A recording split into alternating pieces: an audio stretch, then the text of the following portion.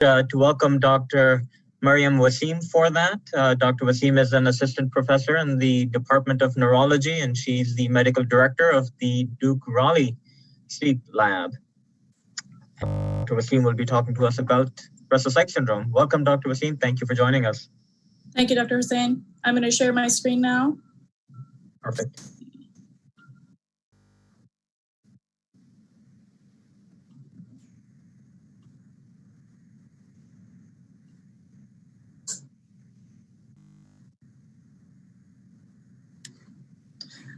All right, good afternoon, everybody. I'm going to be talking about Restless Leg Syndrome. I have no disclosures, and these are our objectives. Lots to get through, so I'm going to get started with our case.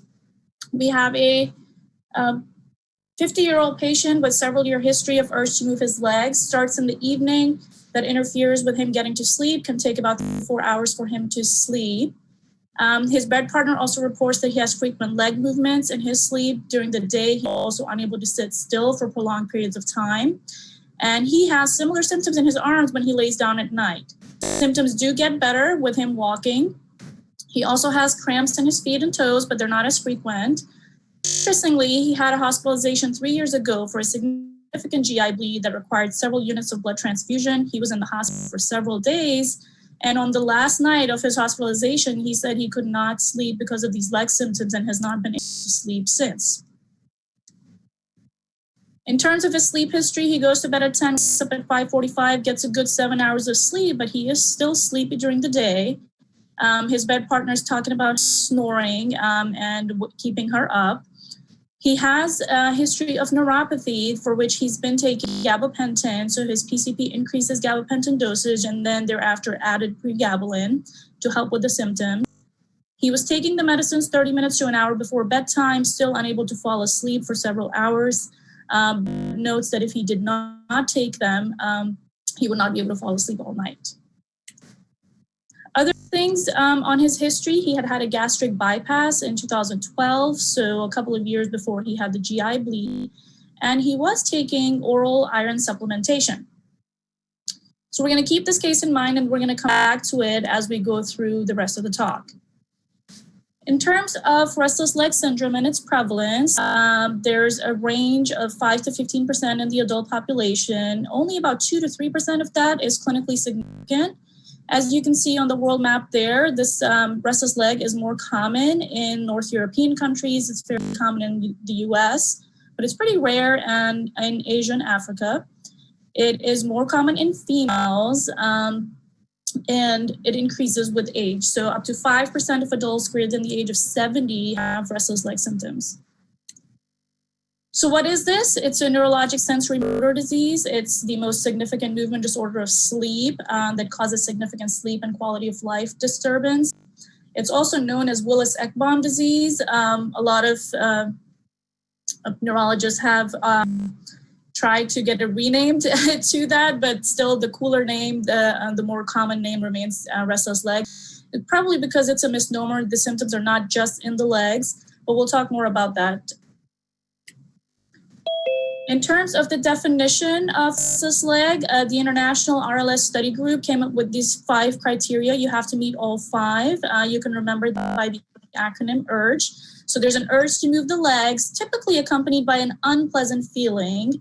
And we'll describe that in various different terms. Described it as an electric shock, tingling, creeping, crawling. You can get lots of different explanations for that. It typically starts with rest or inactivity. It is partially or totally relieved by movement, such as getting up and walking or stretching. Occurs or worsens in the evening or night as opposed to during the day. And this is not explained by any other symptom related to a medical or behavioral condition. The International Classification of Sleep Disorder definition also requires that you have an adverse consequence to these symptoms. It's not uncommon that patients check all 4 of these symptoms on our sleep study questionnaire, but when we inquire about it in clinic, these are actually not bothersome symptoms and are relatively infrequent, so no further evaluation or treatment is warranted.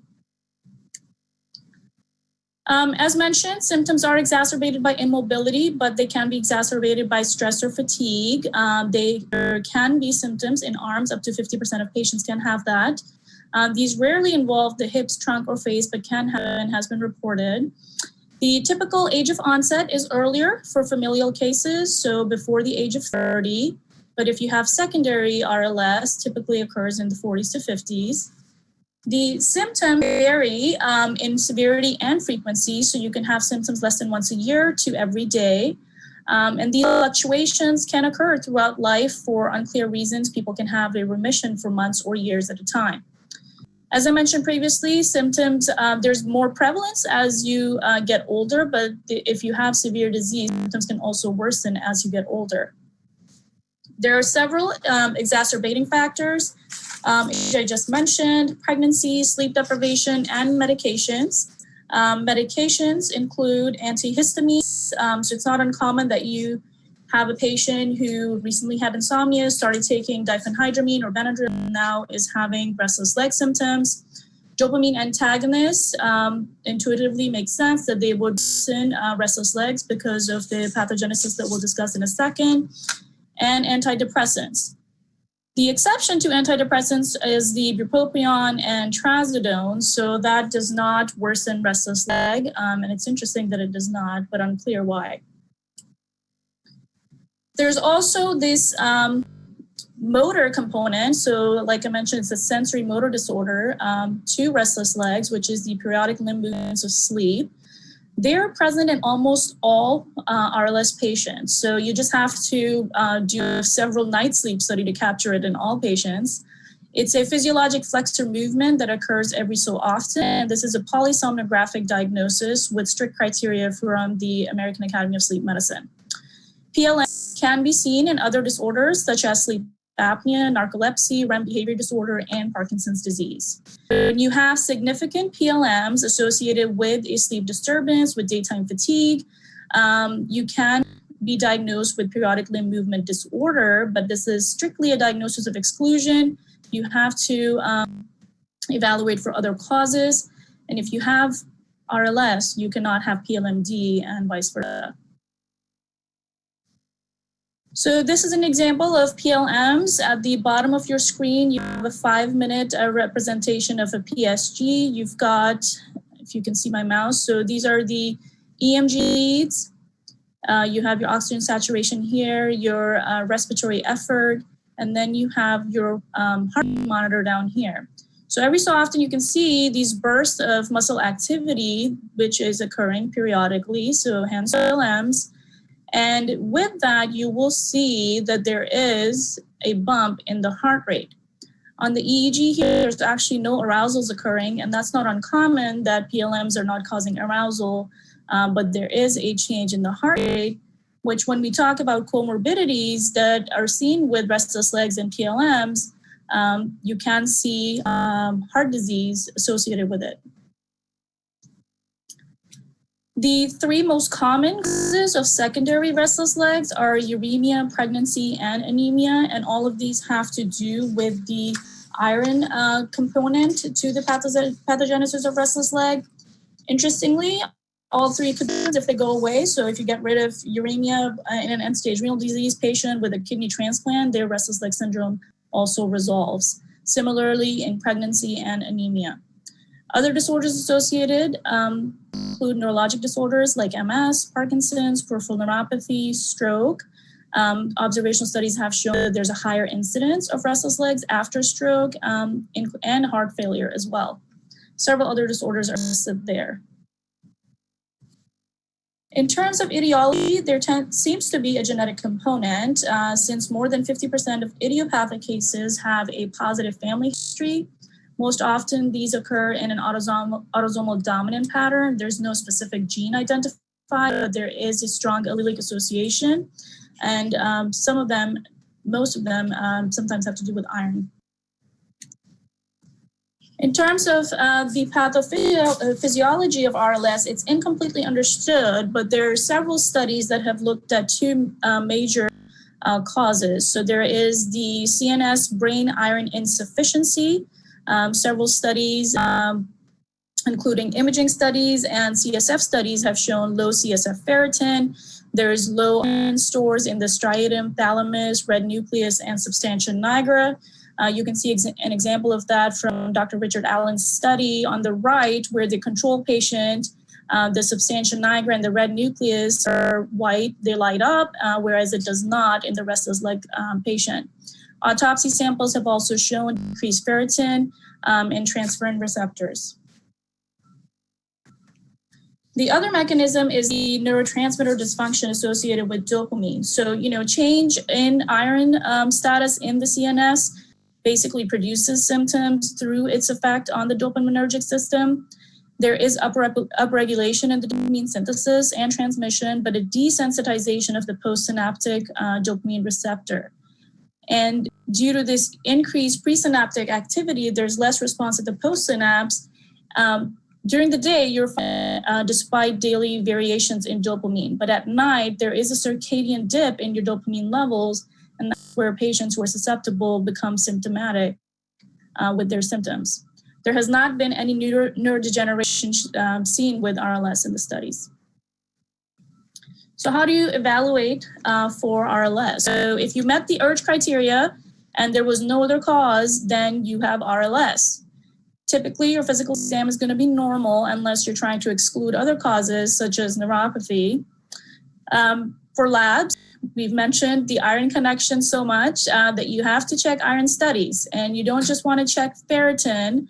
You also have to check other iron studies, so TIBC and transferrin, mainly because ferritin is an acute phase reactant. So it can be falsely normal in some patients, but if you have a transferrin saturation to go along with it, you can diagnose iron deficiency better. You don't have to get CBC studies to know anemia because brain iron deficiency can still happen with normal CBC levels, and ferritin tends to be the first number that will drop if there's a drop in your iron even before the hemoglobin.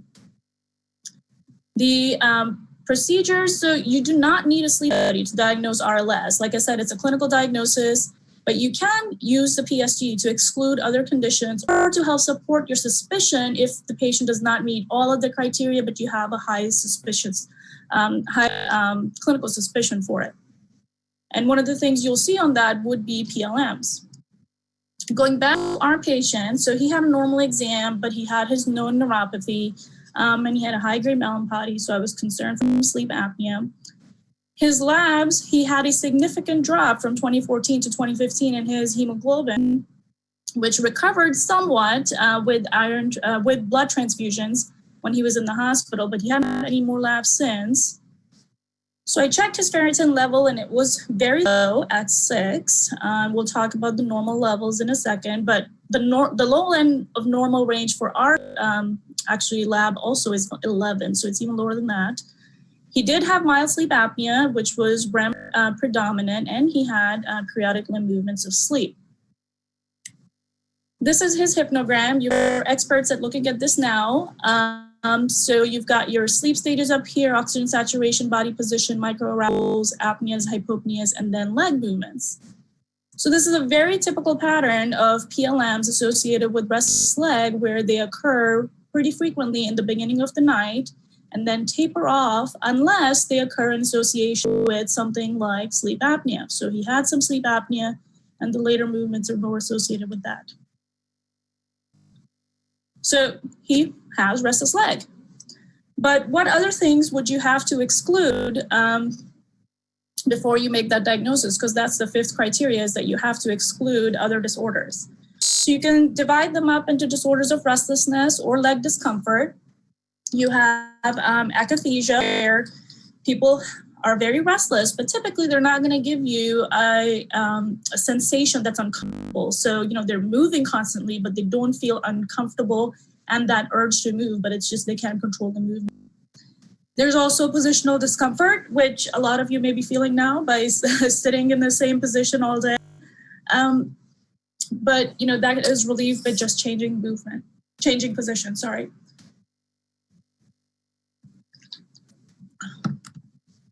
Other disorders of leg discomfort, so neuropathy. is very, very common and often can be seen in patients with RLS, and sometimes can make the diagnosis difficult to differentiate. And that's where supportive evidence may be helpful. You can also have leg cramps at night. Our patient had that, but the distinguishing feature with the leg cramps is they come on suddenly and they are relieved by walking, just like the RLS symptoms, but you'll typically have a palpable muscle contraction, whereas you would not have that with RLS, and you don't meet the rest of the urge criteria when you have cramps. So how do we treat restless leg? So I alluded to this earlier, that the treatment is based on clinical severity. So if you have mild or intermittent RLS, which is going to be symptoms less than twice a week, but you have to have at least 5 lifetime events to qualify as having mild or intermittent RLS. And if you have chronic persistent RLS, you have symptoms at least twice a week for the past year. Refractory RLS is defined based on your response to your initial treatment or intolerance of treatments. So for treatment of mild or intermittent RLS, there's 2 options, non-pharmacologic therapy or pharmacologic therapy. The non-pharmacologic options include regular exercise, good sleep hygiene, heating pads, warm cold baths, massage. A lot of them don't have sufficient evidence to support it. There is a level B recommendation from American Academy of Neurology for the pneumatic compression device called Restific. But you know, it works okay. It's not that great still.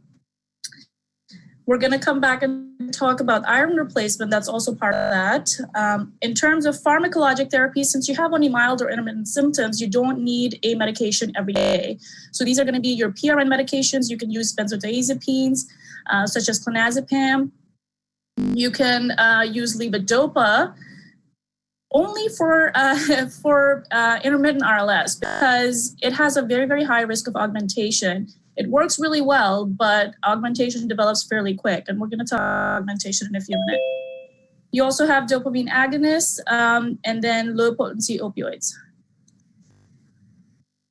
For iron therapy, our criteria is serum ferritin less than or equal to 75 micrograms per liter, or a transferrin saturation less than or equal to 20%. So you can use oral iron. Typically we'll use ferrous sulfate, 325 milligrams, with vitamin C to help its absorption once to twice a day. Taken on an empty stomach, and you want to avoid calcium-rich foods. There are very well-known GI side effects to iron therapy, and you don't want to use this in patients who have iron malabsorption syndromes, like our patient had bariatric surgery. Irritable bowel syndrome, or in cases where you have rapid iron losses and you won't be able to make up quickly with oral iron. So in that case, you have an option to use IV therapy. Can be used for the specific criteria for ferritin and transferrin there when you need a more rapid response, or you still have persistent symptoms despite oral iron. So, you know, our patient still had very significant symptoms, although he had been taking iron orally for 3 years. You don't want to give IV iron if ferritin is more than 300 or transferrin saturation is greater than 45% because of iron overload issues. The 2 types of IV iron that have been studied are included there. So there is level A evidence from this consensus guideline that I referred to at the bottom there for ferric carboxymaltose. So this is first line. You have just a one-time dose of 1,000 milligrams, and it's fairly effective. You have another option in low molecular weight iron dextran, which is also 1,000 milligrams, but you have to give a test dose first because its higher molecular weight counterpart has been associated with anaphylaxis, and it's not usually used anymore.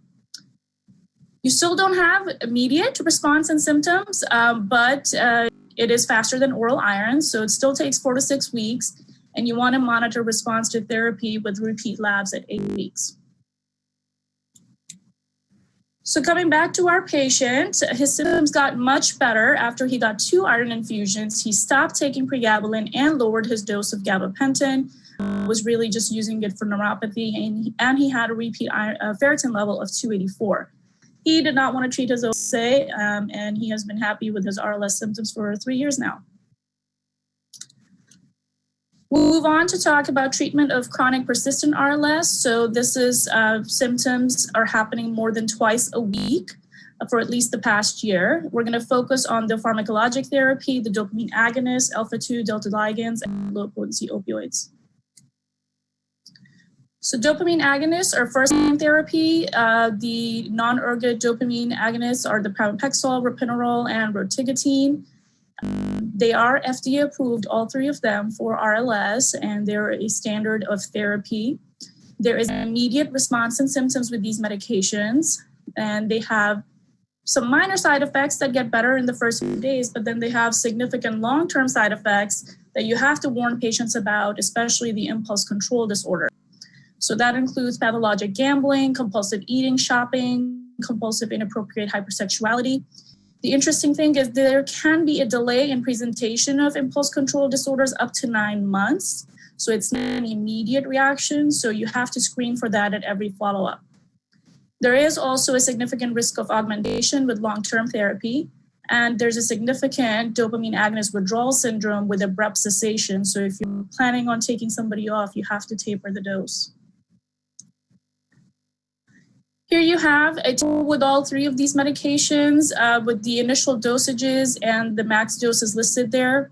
Typically, the dose for pramipexole and ropinirole is about 1/3 of the doses that we use for Parkinson's disease. Both pramipexole and ropinirole have renal clearance, so they will require some adjustment. And they have a pretty high rate of augmentation. So up to 75 to 80% of people over 8 to 10 years will have some form of augmentation. There is a lower risk of augmentation with rotigotine. So studies up to 5 years have shown that that rotigotine patch is much more tolerated than the dopamine agonist pramipexole and ropinirole. Next are the alpha-2 delta ligands. These are also first-line therapy. They include gabapentin, pregabalin, and gabapentin enacarbil, or the brand name Horizon. They act on the alpha-2 delta subunit of the voltage-gated calcium channels. The only FDA-approved one is actually the gabapentin enacarbil. These do not have instant gratification like the dopamine agonists do, so there is a delay in response, but they don't have the long-term risk of augmentation. There are significant side effects like dizziness, somnolence, weight gain, and suicidal ideations. So in terms of gabapentin, there's a wide range of dose that can be used, and that mainly depends on, the different absorption levels that vary from an individual to the next. Whereas the enacarbil formation actually has better absorption, so you only have 2 doses for that. Typically, the enacarbil formulation is taken earlier than the gabapentin or pregabalin, and even the dopamine agonist. You have to take these medications at least 90 minutes to 2 hours before bedtime. Otherwise, they don't have enough time to act. So how do you choose between these 2 medications that are both first line? So if you have a patient who has really severe symptoms of RLS and you're looking for immediate response, you choose dopamine agonists. You'll also choose them if you have comorbid depression, metabolic syndrome, sleep apnea, or increased risk of falls. If you have sleep disturbances like insomnia, generalized anxiety disorder, pain syndrome, or a history of impulse control disorder, then you would choose the alpha-2 delta ligand.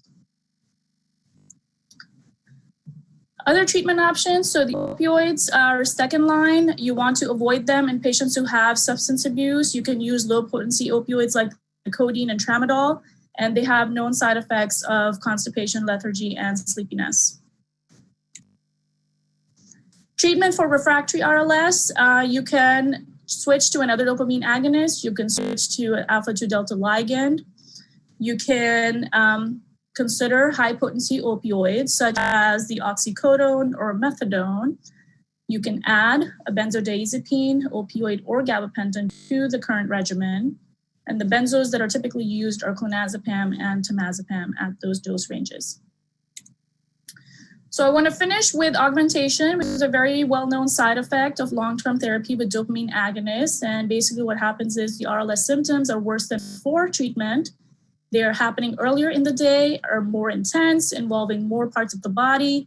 There's also increased complaint by the bed partner of periodic limb movements in sleep. and there's only shorter periods of relief after the medication is taken. What can you do for augmentation? As always, you want to check iron studies, make sure that that's not a precipitating factor. You can split the dose of the dopamine agonist that they're currently taking by taking a third of their dose earlier prior to the start of day and afternoon symptoms and still taking the 2/3 of the dose in the evening. You can maximize the dose of the agonist, switch to another one, or add the rotating patch. Or you'll actually switch to it, you won't add it. You can switch to an alpha-2 delta ligand or add a long-acting opioid. You can also refer to a sleep specialist if you encounter augmentation. If you have a patient who still has symptoms despite normal iron studies, or they failed response to the first-line medications, or you're suspecting other sleep disorders where they may need a sleep study. So in summary, Restless Leg Syndrome is a sensory motor disorder. It is a clinical diagnosis with the acronym URGE. Your evaluation must include iron testing and exclusion of RLS mimics. The treatment depends on clinical severity. The dopamine agonist and alpha-delta ligands are first-line options when there's a higher risk of augmentation with long-term use of the dopamine agonist.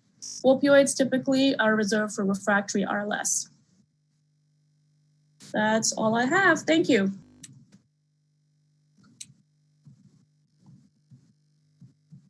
Great. Thank you very much, Dr. Wasim. There's a number of questions. Let me start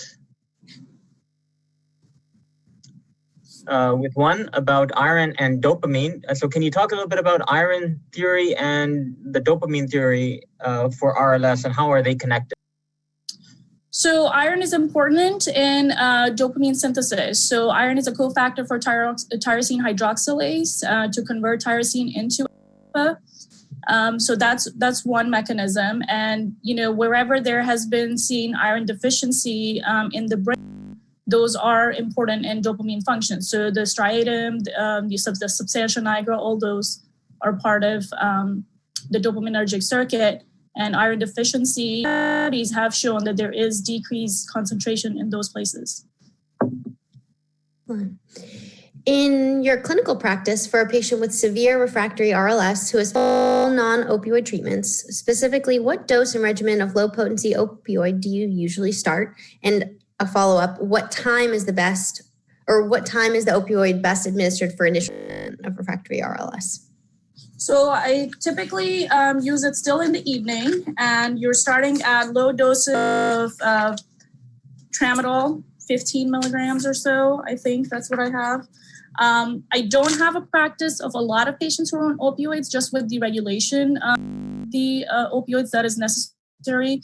We do have a pain and spine practice that a lot of our patients actually end up seeing our patients kind of mutually with them to help them with opioid contracts and their response to the opioids.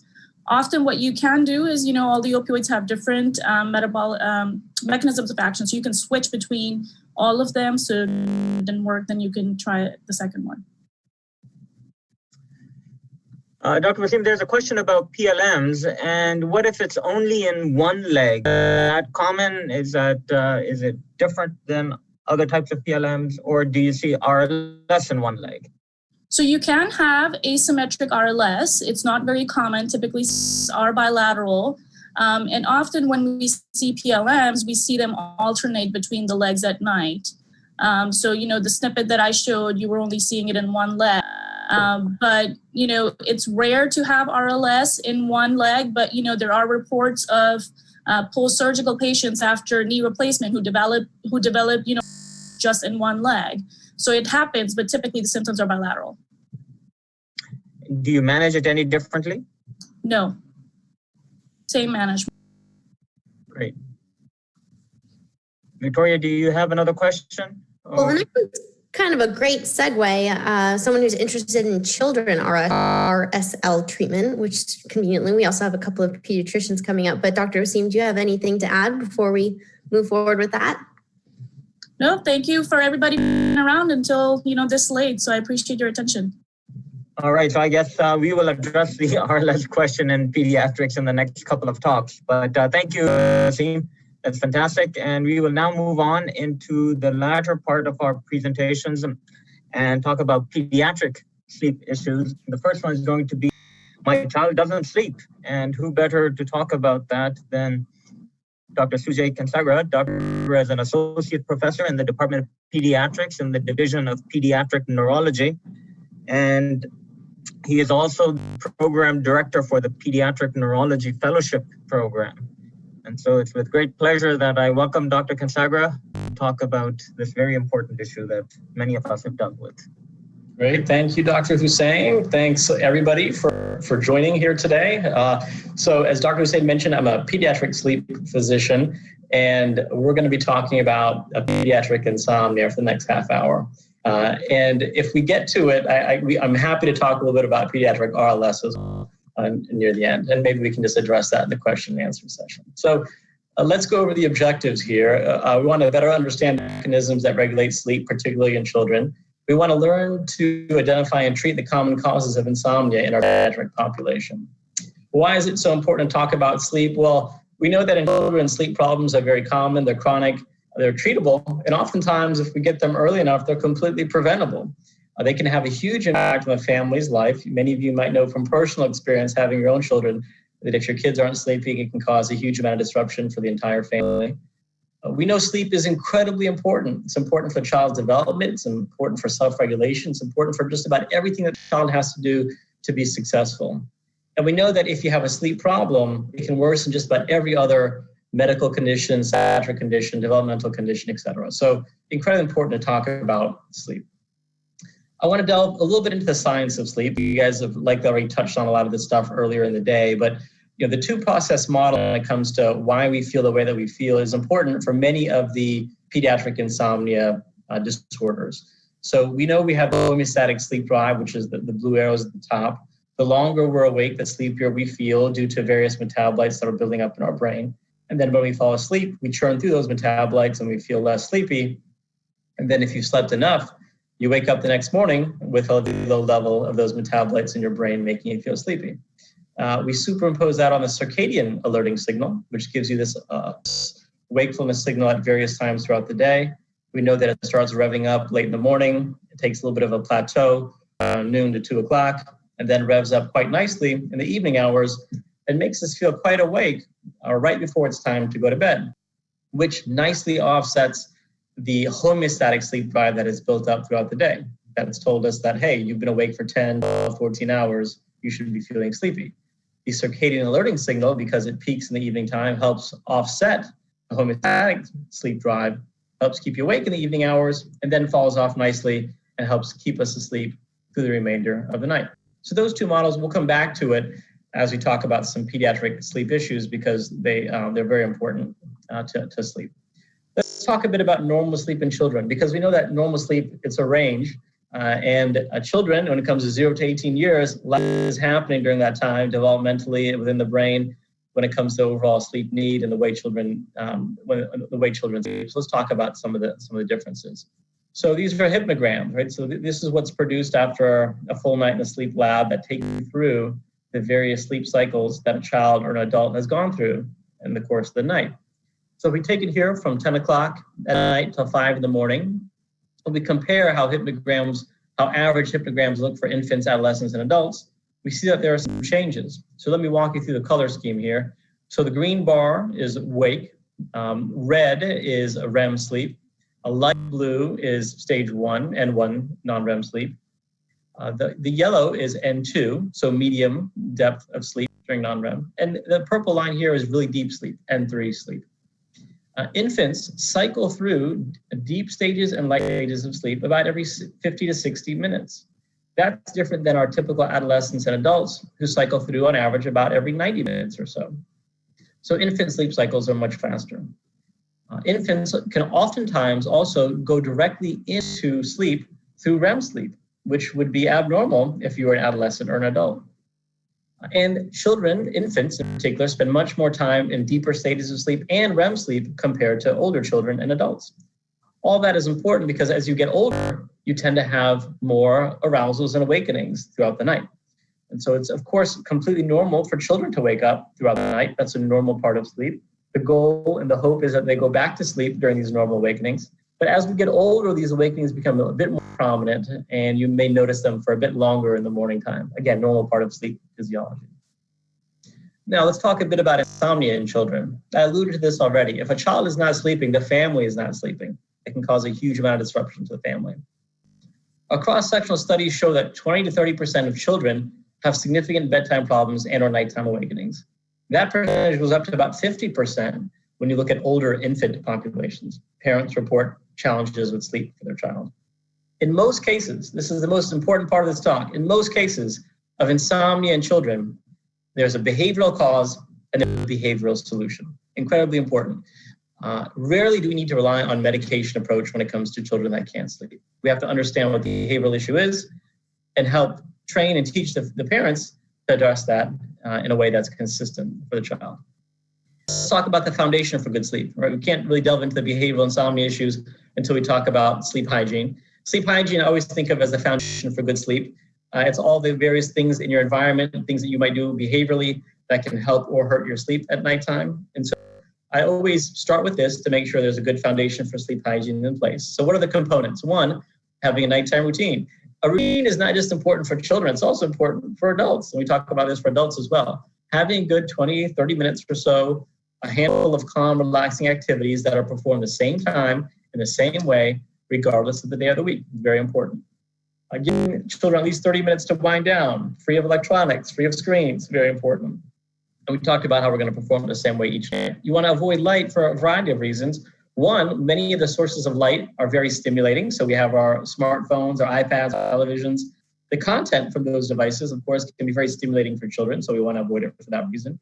And then light itself tricks the brain into thinking it's still daytime outside. It really diminishes your natural melatonin secretion, particularly blue light, which is emitted strongly from LED devices. So you want to avoid light for a variety of reasons, at least 30 minutes prior to bed, to help your brain secrete its natural melatonin. This is more for the adolescent and older population, but substances that can disrupt sleep, and there are many. Caffeine in particular for our adolescents, and unfortunately even younger children. Oftentimes I started screening at the age of 3 and 4, because you'd be surprised how often these young children are getting soda throughout the day, et cetera. So you really want to avoid caffeine. For your older population, nicotine can disrupt sleep. Alcohol is a net deterrent of sleep, so you may fall asleep faster. Your sleep latency is quicker, but you end up having very fragmented sleep as your brain withdraws from the alcohol throughout the night. And there are medications that can also end up disrupting sleep. Beta blockers in particular. So for really young children that have congenital heart conditions that are put on beta blockers will, of course, diminish your sympathetic nervous system activity. And melatonin is actually secreted based on sympathetic innervation. So a beta blocker at night can diminish secretion of melatonin. So something to think about. What else is important for sleep hygiene? We know a comfortable environment, of course. So a cool temperature, we usually say 68 to 72 degrees is pretty good for most people. Having a quiet environment, which is not always a given. So always screen for this. Is the loud street outside? Is the family's cell phone going off throughout the night, et cetera? And then any other disruptors. And so this can include household pets and things you may not necessarily think about. Looking for underlying medical issues like allergy, reflux, et cetera. You want to think about. So that's kind of the core of sleep hygiene in a nutshell. There are many other parts of sleep hygiene, kind of core things that I'll always screen for. So let's go through cases, a case-by-case review of children that aren't sleeping. We'll start off with, my baby won't sleep. All right, a common complaint that I hear, and many of you like to hear in your practices. So parent of a 3-month-old come in, child was term, otherwise healthy. They said the child will not go to sleep unless the parents rock him to sleep. Wakes up 2 or 3 times each night, and it takes another 5 or 10 minutes to get him back to sleep, and they need to rock him each time to get him to go back to sleep. Doesn't seem hungry, doesn't need to feed, just seems to want to be held and rocked back to sleep. So the question is, what do you tell these parents? Do you say, A, sorry, that's just parenting, get used to it. B, you let the child cry it out. C, you try to put the child to bed while they're drowsy and not yet asleep. Or D, a combo of B and C. Or E, a combination of A and C. And for a 3-month-old, and age is very important here. For a 3-month-old, my answer here is A and C. All right, and partly just to kind of be funny here, but A, sorry, that's parenting. Well, for young kids, unfortunately, waking up at nighttime is expected up to a certain age. Typically, we think of up to 6 months of age. It's not uncommon for children to want to wake up. Typically, the younger they are, the more likely they are to feed at nighttime. And oftentimes they do require some level of soothing to get them to go back to sleep. So, we have to set expectations for parents. We have to say, you're not going to have a perfect sleeper coming out of the womb. That's just not expected. There is going to be some element of sleep deprivation for the family. So it's important for them to understand that. That's likely physiologically okay for that child. That doesn't mean you can't do anything. So that's where C comes into play. I tell families it's an important skill for a child to learn how to self-soothe and get to sleep on their own. So if you can try to start putting a child down while they're already drowsy, not yet asleep, you'll likely get them on the path to becoming a self-soother or an independent sleeper, which is incredibly important. As I tell families, a child is supposed to wake up at night. Every human being wakes up at nighttime. The key question is what's going to happen when the child wakes up at night? Are they going to go right back to sleep? Or are they going to wake up and cry? And the goal is to get them to be able to go right back to sleep. And teaching them how to be a self-soother is an important part of that. But again, this child is a little bit too young, in my opinion, for the typical sleep training techniques, which we'll talk about in a second. So now the same kid is now 6 months old, still refuses to fall asleep unless the parents hold him every night. Now what do you tell the parents? And similar choices. A, sorry, that's still parenting. B, just let your child cry it out. He'll be fine. C, let the child cry for short periods of time with frequent check-ins. Or D, use whatever sleep training technique the family is comfortable with.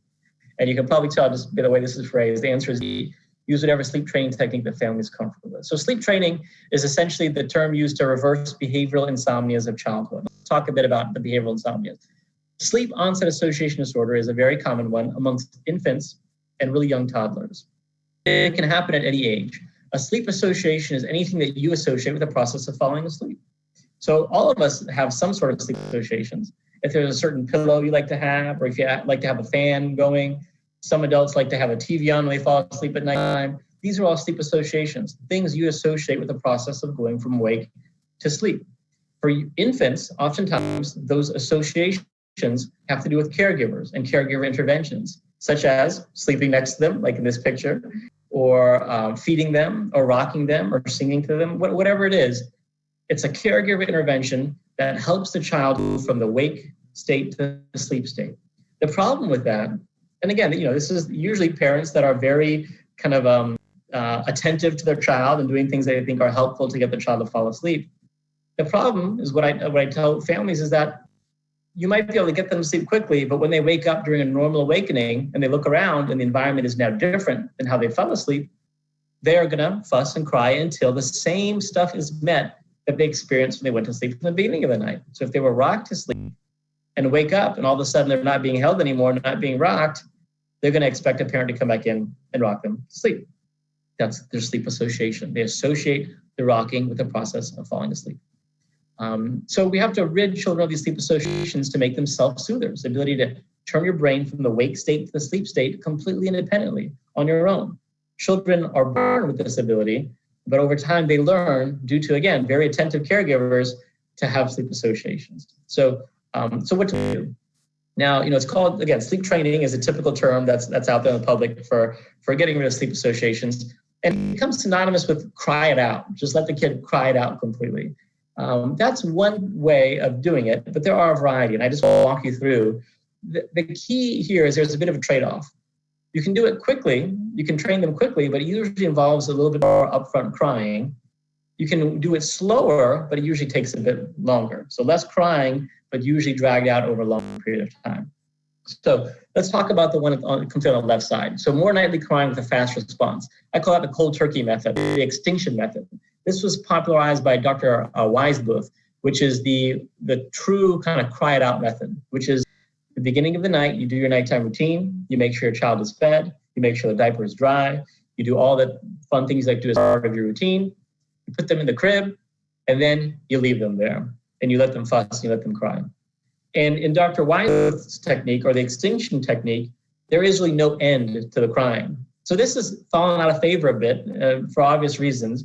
It's harder to let an infant just cry, without any endpoint. So there are ways you can modify it. You can do this technique with parental presence. It's called extinction with presence. So you can actually sit in the room, but just try to ignore your child, which again can be difficult.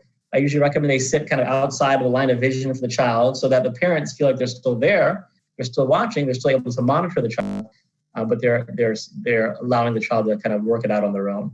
That can be, again, a hard one for parents to follow. So what we're often using is the second method, what I call the wait and check method, also known as graduated extinction, also known as a Ferber method, which I found is a good balance between getting rid of the sleep associations relatively quickly and still giving parents the ability to check in on their child every now and then to make sure things are okay. So in this method, you do your routine, make sure they're fed, make sure they're diaper-dry, you get them into the crib, and then you leave the room for about 5 minutes.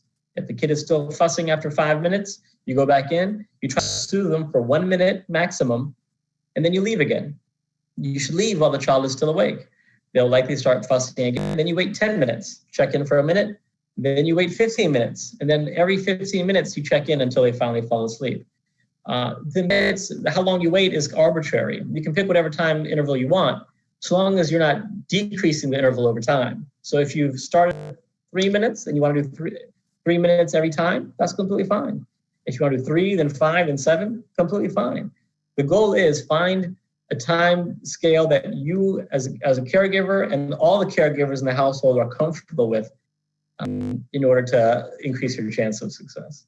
The second and the third night of doing extinction and graduated extinction, the first and second techniques are usually the worst. All right, it's called an extinction burst, where children fight a little bit harder the second and third night, but usually after the third night, children are learning the new way of going to sleep, and things improve after that. The slow and steady method is essentially the same thing, but it's getting one association at a time. Children oftentimes have multiple associations. They're fed, rocked, and sung to each and every night. I tell parents, let's get rid of one of those things. Let's feed them earlier. Then you rock and sing to them each night for the next week. When they get accustomed to that, let's take out the singing. They just rock them to sleep every night. When they get accustomed to that, then we're not going to rock them. We're going to put them in the crib and just pat them to sleep for the next week. And then after that, pat them, you're just going to sit next to the crib for a week. So it's a slow and steady wean of parental intervention at nighttime. Again, it can be challenging because this is drawn out over the course of weeks, but it can also help, especially parents that are really opposed to prolonged periods of prayer.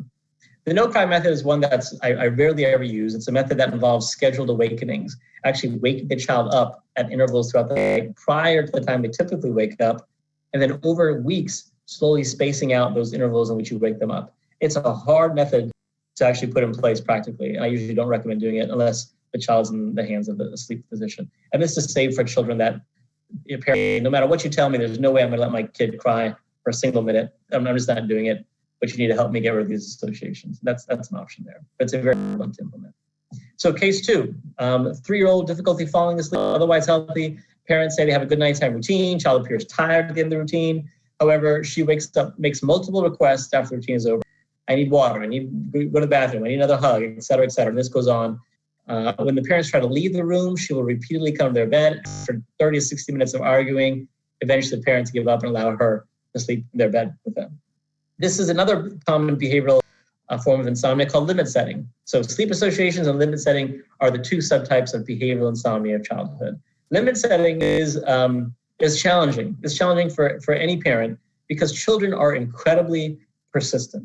Once they know what they want, they are incredibly persistent and will push every button they know how to push to get exactly what they need. They're little experimenters, right? They'll try one thing. If that doesn't work, they'll try something else the next night. They'll try saying something that's really, really sweet to you to get them to come back to the room. Or they might start saying stuff that's really mean to you to get you to come back to the room. They'll try everything. The key with limit setting is I tell families, after the best technique that I use is called the return to bed. Once your routine is done, once the child is sleepy, so the child should be sleepy before you put them in the bed to avoid too much argument back and forth.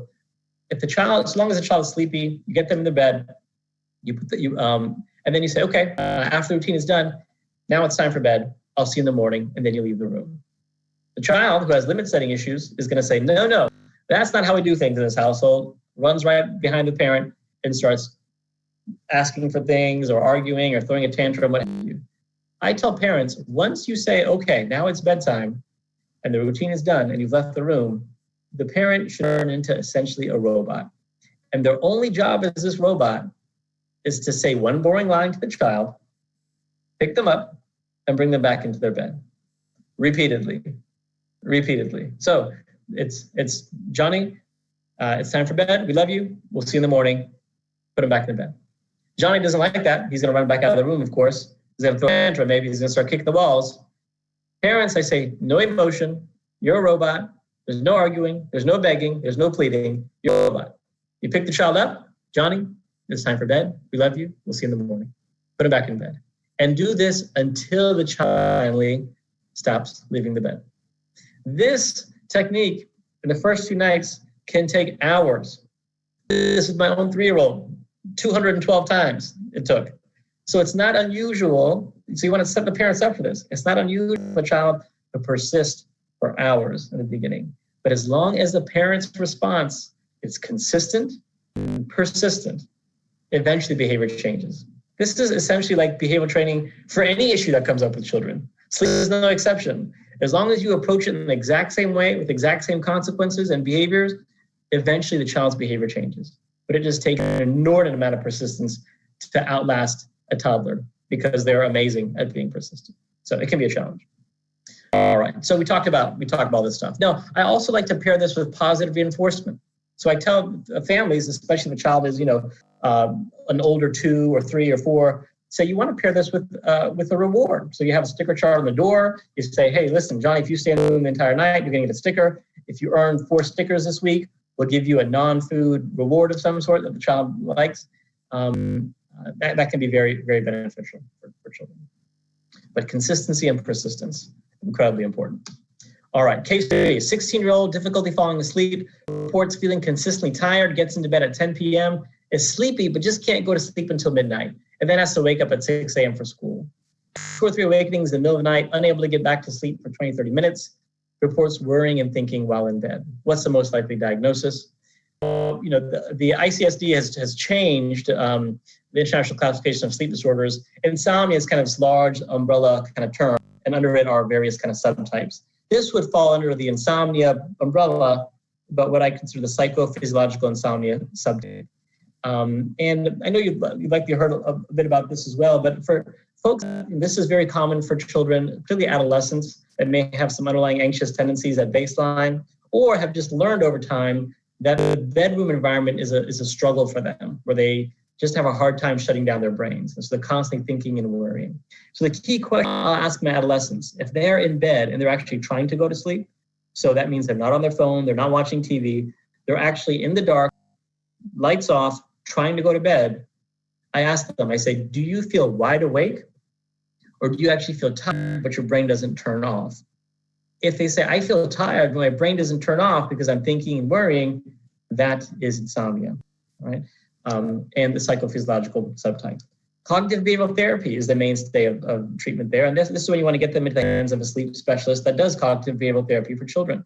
There are lots of very effective techniques that can reverse this association of worry and anxiety with the bedroom environment. The same CBT techniques that work for adults are also very applicable to teenagers. So something to think about.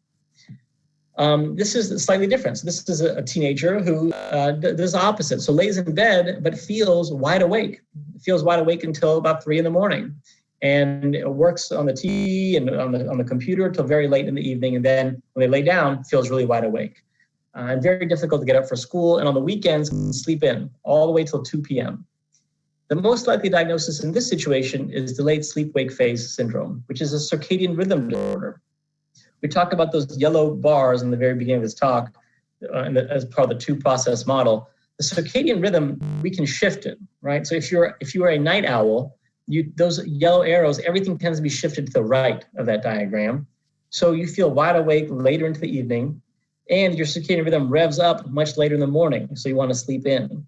Teenagers naturally have a shift in their circadian physiology to a later time point. They naturally want to go to bed later and wake up later. Similarly, the elderly, when you hit your geriatric years and the 80-year-olds, they tend to shift in the advanced direction, the forward direction, where they want to go to bed early and wake up very early. This is a natural phenomenon with the brain, and this is why there's been a push for delayed school times for children. This is not because they're just up because they want to be up. Their brains naturally have a later shift. This is worse by bad habits, like being on your smartphone, being on TV, of course, but they do have a natural tendency to be night owls, and that causes a mismatch between what's expected of them based on the social clock, the clock that's sitting on the wall, versus their internal body clock. If you have a circadian rhythm problem, you actually have normal sleep otherwise if you're allowed to sleep whenever you want, but you are sleeping at the wrong times. All living beings have some form of a circadian rhythm. It does a whole host of things, not just sleep-wake. Light is the main signal that trains the circadian rhythm to essentially match up your body's clock with the outside clock. This gives you a sense of what happens with the two main sleep disorders. So if you have normal sleep phase, in this example, let's say you naturally feel sleepy at midnight and wake up at 8. If you have advanced sleep phase, you can go to bed, you feel sleepy at 8 p.m. and wake up at 4. If you have delayed, this again, it's just an example, you feel sleepy at 4 a.m. and wake up at noon. So like teenagers, you feel sleepy very late in the evening and want to sleep in. The key here is, again, if they're left to their own devices, they would sleep just fine. The quality of their sleep is fine. They don't have an underlying sleep issue with the quality. And the quantity would be fine if you let them sleep whenever they wanted to. Now, there are a couple of nuanced points here, but the main treatment for circadian rhythm issues is to avoid excessive light at nighttime. So right before these arrows are peaking here, light here tricks your brain into thinking it's daytime. It decreases melatonin secretion and shifts all the arrows to the right. Morning light is typically very beneficial for shifting the arrows to the left. So part of the treatment approach here for adolescents is make sure you're avoiding late light exposure, particularly about 30 minutes prior to bedtime. You want to maintain a set wake time each day, including on the weekends, and this can be a challenge. But if they're not waking up at the same time on the weekends, they're doomed to kind of delay their body clocks again over the weekend and then repeat the process of trying to line up over the weekdays. You want to expose them to light early in the morning, but the caveat here is if their school start time is more than 3 hours different than the time they naturally wake up on a weekend. For example, they have to wake up at 6 a.m. on a school morning. They're waking up at noon on the weekends. I count backwards by about 3 hours from the time that they naturally want to wake up if left to their own devices. And the goal is to try actually not to expose them to bright lights until after that time point. So I ask them, what time do you go to sleep on the weekend? They tell me noon. I say, okay. What time do you wake up on the weekend? If they say noon, I count backwards by 3 hours. So 9 a.m. is your goal. You want to start exposing them to bright lights at around 9 a.m. And you want to avoid too much light exposure before that, because that can actually end up delaying you. So the brain is still in their quote unquote, their circadian nighttime. So if they're super delayed, you want to be a little bit careful about exposing them to light too early. This is where medicine can help. This is where melatonin really, there's data to support it. And the data actually supports the dosing may be important, but it's not as important as the timing that you give it. So ideally about 2 to 6, but I usually shoot for about 4 to 6 hours prior to the current sleep time is when you give melatonin. I use relatively low doses, 0.5 milligram to 1 milligram, and that can very much help. I'm just going to end with this. When to order a sleep study. So, we talked about insomnia for this whole talk, but sleep studies are not routinely needed for insomnia, okay? Unless you have a really super refractory case and you worry there might be a breathing issue that's waking them up at nighttime. Snoring with a daytime manifestation is a good time to order a sleep study. Any craniofacial malformation, excessive sleepiness of unclearology, and again, Dr. Kravitz is going to talk about all this next, and any abnormal activity of unclearology. That's when you consider a sleep study. Dr. Kravitz will delve more into it. I'm going to stop here and see if we have any questions from the audience. I'm happy to talk about RLS, like 1 minute. So, go ahead and talk about RLS 1 minute, real quick. Yes. So the young and the restless, that's what I call it. Restless leg happens in children. Studies show 1% of children may actually have restless leg, and it can happen well before the age of 10. Oftentimes confused with growing pains in children. You ask the same 4 basic criteria that you would ask for adults. Do you have abnormal sensation in your legs? Does it tend to be worse at night? Does it improve when you move your legs? Does it get worse when you stop moving? If they hit those criteria, they have restless leg. There are some other criteria because children may not be as expressive about what's happening to them. There are other criteria such as a family history or a sleep study with PLMs that will support the diagnosis of restless leg. But it's important to screen for. And just like Dr. Wasim talked about, iron deficiency is the main culprit for children. We're shooting for a ferritin level above 50. We're usually using oral iron supplementation. The caveat being, the constipation issue can sometimes be limiting. So after iron, oftentimes we're using gabapentin for pediatric restless leg. So there you have it, 1 minute. All right. So I think we have time for just one more question. Let's go with the Ferber method. Does the checking help the baby in the moment, or is it mostly for reducing parents' anxiety?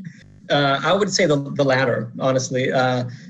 Children, even with the extinction method, we don't check in on them. Children do fine. There's a lot of debate in parenting forums and websites about these techniques. The data behind them, there's no real debate.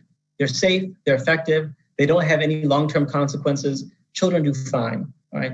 But the check gives a parent a way to make sure that they're still, tied to the child. There's a lot of misinformation out there about, the child having toxic levels of stress, et cetera. So this gives a way for the parent to still be present. And sometimes it can help soothe the child too, because that minute of soothing can be enough to get them from full out crying to maybe a little bit less of a whimper type of cry, and can be helpful. The opposite is also true. Sometimes a check-in makes things a lot worse. So if your child gets super agitated every time the parent goes in there, I tell them to try to space out the checks a bit more. All right. Well, I think that's all we have time for. Thank you, Dr. Consagra, for your presentation. That was great. Dr. Hussein, are you ready to jump into the introduction of Dr. Kravitz? Perfect. Excellent. Dr. Kravitz is going to talk about our last talk, and that's going to be a sleepy child. So thank you, Dr. Kravitz, for finishing off our symposium. Dr. Kravitz is a professor of pediatrics, and he's in the division of pediatric pulmonology. Dr. Kravitz has been at Duke for many years, and we're honored to have you talk about the sleepy child. Thank you, Dr. Kravitz. All right, Dr. Kravitz, you are muted on our end. If you could go and mute yourself real quick.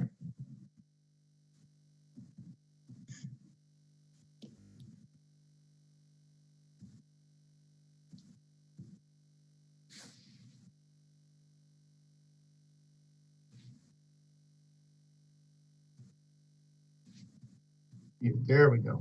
Perfect. All right. Sorry to interrupt. And can you see my slides? We can't. The first time before, now we can. Perfect. All right. Thank you, everyone, for your patience. I'm not sometimes a little technology challenged.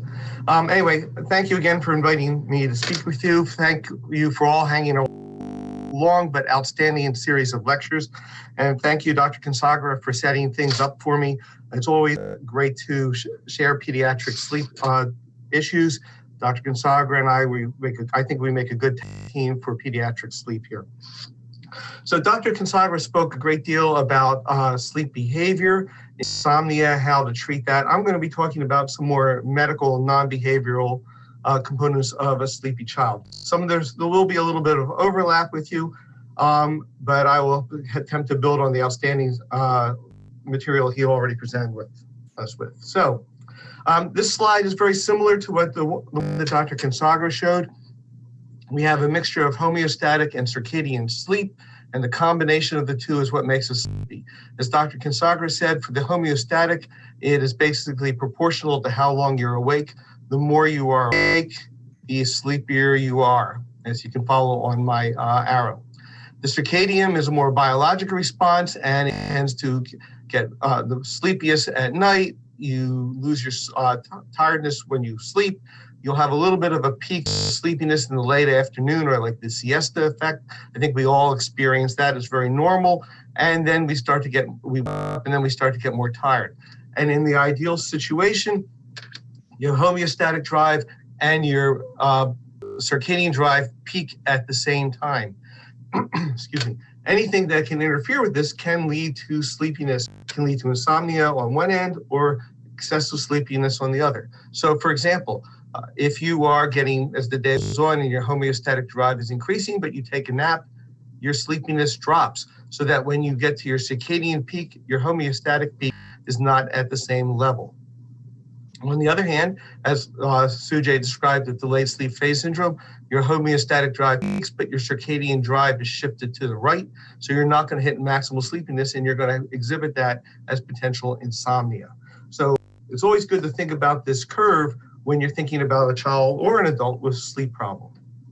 So what is sleepiness? Well, it's very interesting. We tend to use our vocabulary rather loosely, and what many families and many patients will complain of when they say sleepiness is not always sleepiness per se. So it's important as a sleep doc, we make sure that they're really talking about excessive sleepiness or the need to fall asleep versus just exhaustion or fatigue or no energy. And the big difference between these two is if you're sleepy, if given the chance to fall asleep, you will. On the other hand, if you're just exhausted or fatigued or have no energy, if given the chance to sleep, you will not fall asleep. So we use these words interchangeably, but I think it's important to us as physicians and as care providers that we distinguish between the two. How does sleepiness manifest? Well, I think the classic way is you fall asleep, you're tired. And we all had that. We're Americans, we're chronically sleep deprived, and we can always easily doze off. Another manifestation is trouble concentrating. You can have trouble concentrating at work. Our students have trouble focusing on their lessons at school, back when we all went to school. Young children can manifest as crankiness or irritability. Adults can do that too. We all know that if we're a little sleepy, we might be more irritable and snap off on things normally we'd shake off when we're not so tired. And hyperactivity. A lot of kids can manifest as hyperactivity. And then one of the big questions then comes up is, well, is my child have ADD or ADHD, or are they just sleepy? And I'm getting a lot of referrals, and I'm sure Sujay is also, of kids who are tentatively diagnosed with ADD. And before stimulant meds are started, they want to make sure there's not a comorbid sleep disorder that's not being addressed. Okay. So what's the cause of sleepiness? Well, basically, it's a combination of a lack of quantity of sleep, amount of hours you're sleeping, and the lack of quality of sleep. In other words, you have, when you're finally asleep, is the sleep good, or is it being constantly interrupted for whatever reason? Or in a lot of cases, it's a combination of both. So really, how much sleep do you need? Well, what's a normal amount of sleep? What's too little? So the National Sleep Foundation has done surveys over the year, and you can see the summary in this chart, which is how many hours of sleep do different ages seem to require to be able to function well the next day. And what you can see are two important things. One, as you're a newborn, you need a lot of sleep early on. And any of you parents who have newborns or recently did can notice that they sleep a heck of a lot early on in their lives, but as time goes on, the amount of sleep decreases. When you get to adults, you have that typical 7 to 9 hour average, or the classic 8 hours of night of sleep that you need. Key thing is, look at this chart right here. Whoops, sorry. Look at this number right here. Teenagers need more sleep than adults. So we think of our teens as young adults, and well, they are in terms of chronologic age, but in terms of sleep, they're more like kids. They still need more sleep. And many teenagers, as Sujay alluded to, especially with delayed sleep phase syndrome, aren't getting enough sleep. So when a family comes to me and they say, I don't think my child's sleeping enough, I'm worried that they need more sleep. One of the things I want to learn is how well does that child function on the amount of sleep they're getting. We tend to always underestimate how much sleep our kids get. We're not in the room with them, so we're not knowing for certain they're awake or asleep. So my feeling is you're having enough sleep if you meet the following criteria. You wake up in the morning feeling refreshed. Now, we all wake up a little bit tired. That's normal, and the term for that is sleep inertia. But usually within 5 to 10 minutes of getting up and out of bed to get our teeth brushed, our face washed, and get ready for school or for work, we're feeling refreshed. So you wake up, for the most part, feeling refreshed. You're able to function during the day without the use of any stimulants. And what do I mean stimulants? We're talking about vitamin C, and I'm not talking ascorbic acid. I'm speaking about coffee, caffeine derivatives. It's okay to have a cup of coffee during the day. It's okay to have a cup of coffee in the afternoon. But it's a big difference between wanting a cup of coffee, wanting a Diet Coke, or needing it. If you need these stimulants, if you need these caffeinated beverages to keep you going, you are not getting enough sleep, or your sleep is not of good quality. When you're not being stimulated, when you're watching a very dull lecture, not like any of the lectures you've received here today, but other lectures, that boredom can unmask your sleepiness, and you, as a result, fall asleep. So you need to be stimulated to stay up. If you're not stimulated, you fall asleep.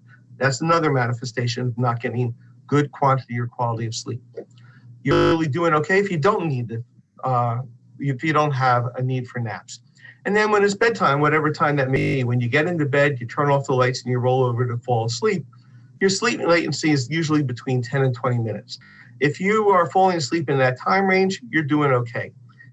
If you say, I fall asleep before my head hits the pillow, you're excessively sleepy and you might benefit from more sleep. So key thing for having good sleep, this is something Dr. Consagra addressed, is having a good sleep hygiene. And this seems like common sense medicine, but I think we all know families that come to our practices and they're doing anything but having good sleep hygiene. So what do we want our patients to leave with? What do we want our families to do?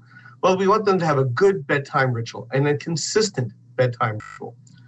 Bedtime doesn't have to be the exact same time every night, but we want it to be consistent. So it's not 10 o'clock one night, 5 o'clock morning the next day, midnight, all over the place.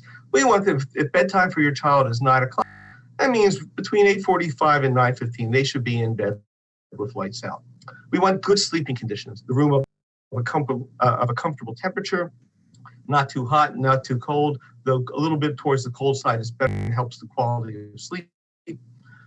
We want not a lot of light in the room. If you're going to have a night light, a low wattage bulb low to the floor is better than leaving the overhead light on. Light wakes us up, as Dr. Consagra commented about, so we don't want too much light in the room, and we don't want that floor light to be on eye level so the child's looking at it.